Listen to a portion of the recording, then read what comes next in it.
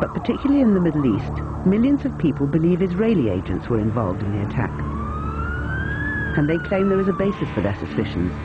Moments after the planes hit the World Trade Center, eyewitnesses reported seeing a group of young men apparently celebrating.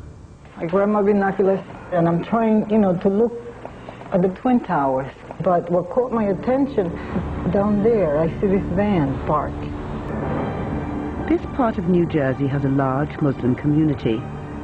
It would turn out that 3 of the 9/11 hijackers had lived there. A major terrorist manhunt began, and just 6 hours after the attack, the van was stopped at a roadblock by patrolman Scott DiCarlo. We were asked to detain the van and the passengers.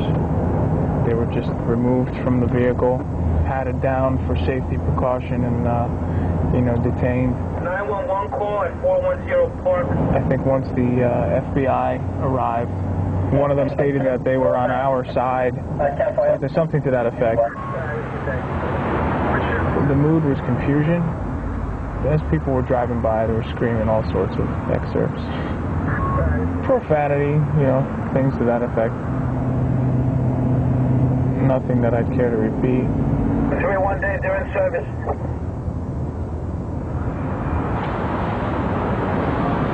Over 2 months of interrogation began.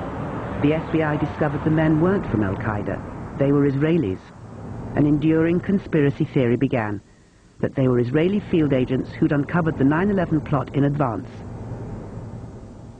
Israel had deliberately failed to warn the US authorities because it wanted to ensure that American public opinion was hostile to the Arab world. Channel 4 traveled to Israel and spoke to 3 of the 5 men arrested that day to hear their side of the story. One of the neighbors gave a call to the feds and tell there is a white van with 5 Arab people. As you see, I'm blonde, blue eyes. And he told there is a bomb in a white van. He gave the number, 5 Arab people, and they're on the way to Manhattan to make a suicide. I was the driver. The policeman took his gun and put it in my head. But I told them that I'm just a tourist from Israel, I'm Jewish. And he told me, don't talk, if you talk I'm going to shoot you.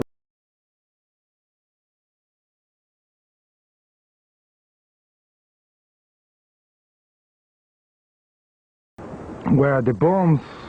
Where did you want to do the suicide? And I don't know nothing about what to say. People were spitting on us from the street. They are passing with the cars and spit on us because they thought that we are the Arabs. They were looking for someone to blame. A passerby took these photos of the police searching the van. 5 men were inside it. Some had dual nationalities and were carrying more than 1 passport.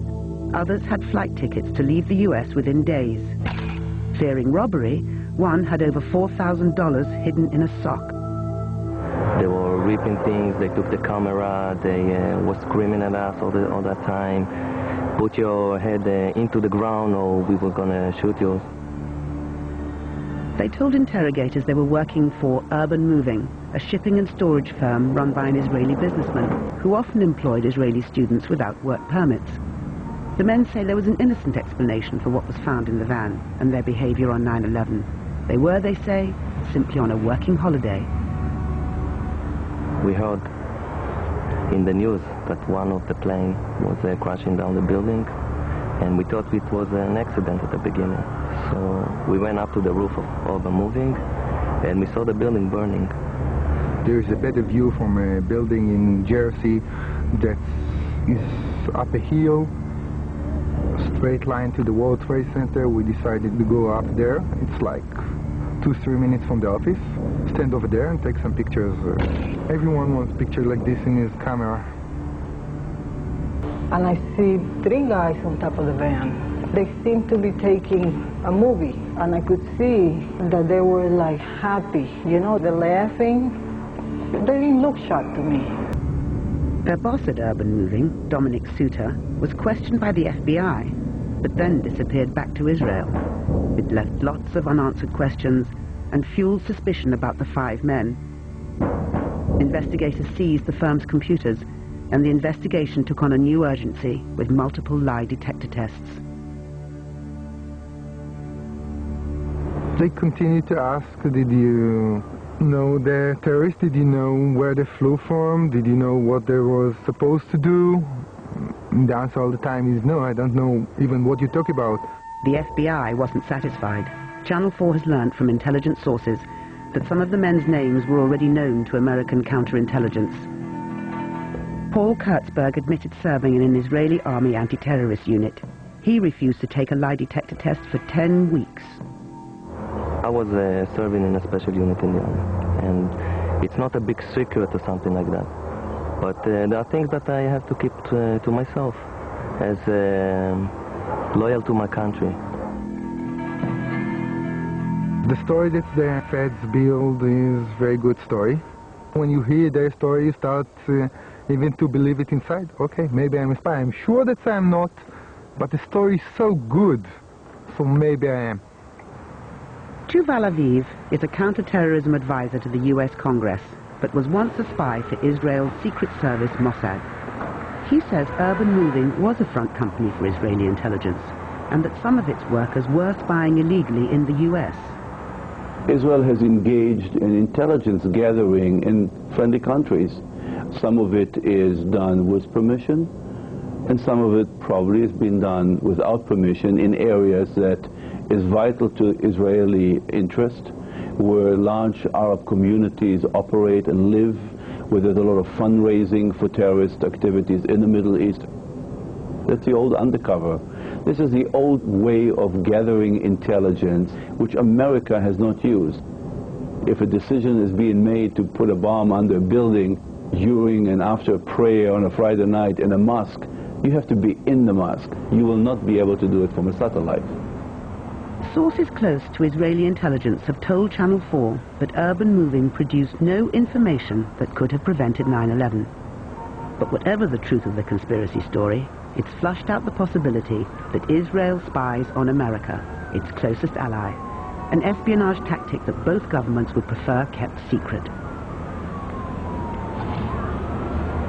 There are certain type of information that and methods of collections that you don't want to share with the local host country.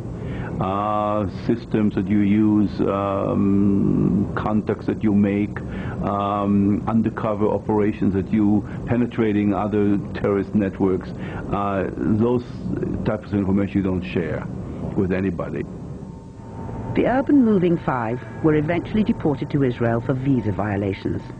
Channel 4 understands, from sources close to US intelligence, that the condition of their release was that Israel promised not to spy in the US without permission. Then, as now, the Israeli government publicly denies it spies in the US. Amazingly enough, we have found the moving company where the 5 Israelis worked. Was this building being used as a front for some kind of Israeli intelligence operation that possibly was doing surveillance on the Arab American community? Were there men celebrating or slapping fives or whatever? We had received an all-points bulletin, and I just happened to see the van and, hollered over to my lieutenant, I think that could be the van. We checked it out, and it was. We were all on edge, obviously, so I really wasn't looking to make friends with these people, and neither were the officers that I were with. Once we started talking to them, they were pretty much like, hey, we're not against you, we're with you.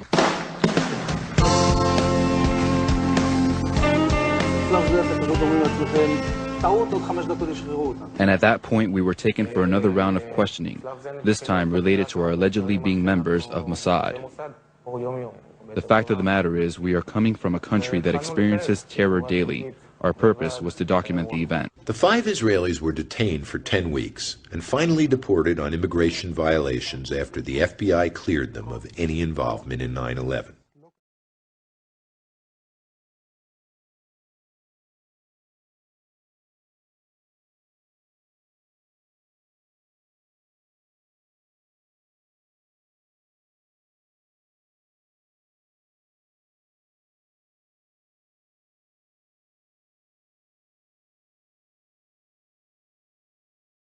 Two buildings.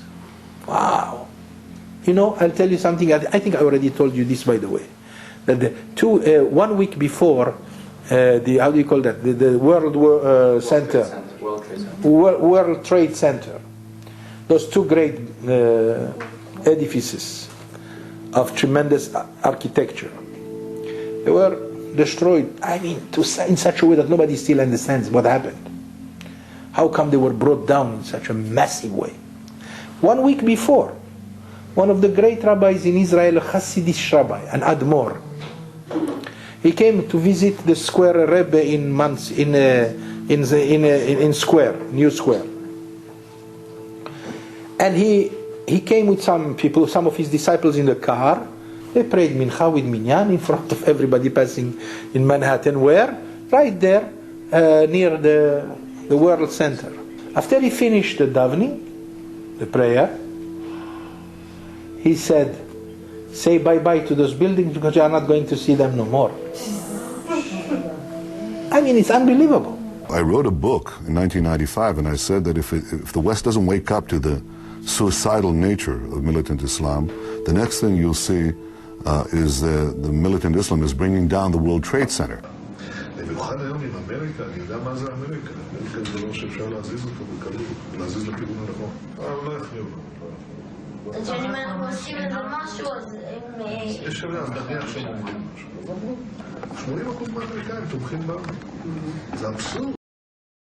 The Israeli newspaper Ma'ariv has reported Israel's former Prime Minister Benjamin Netanyahu has publicly said the September 11th attacks have been good for Israel.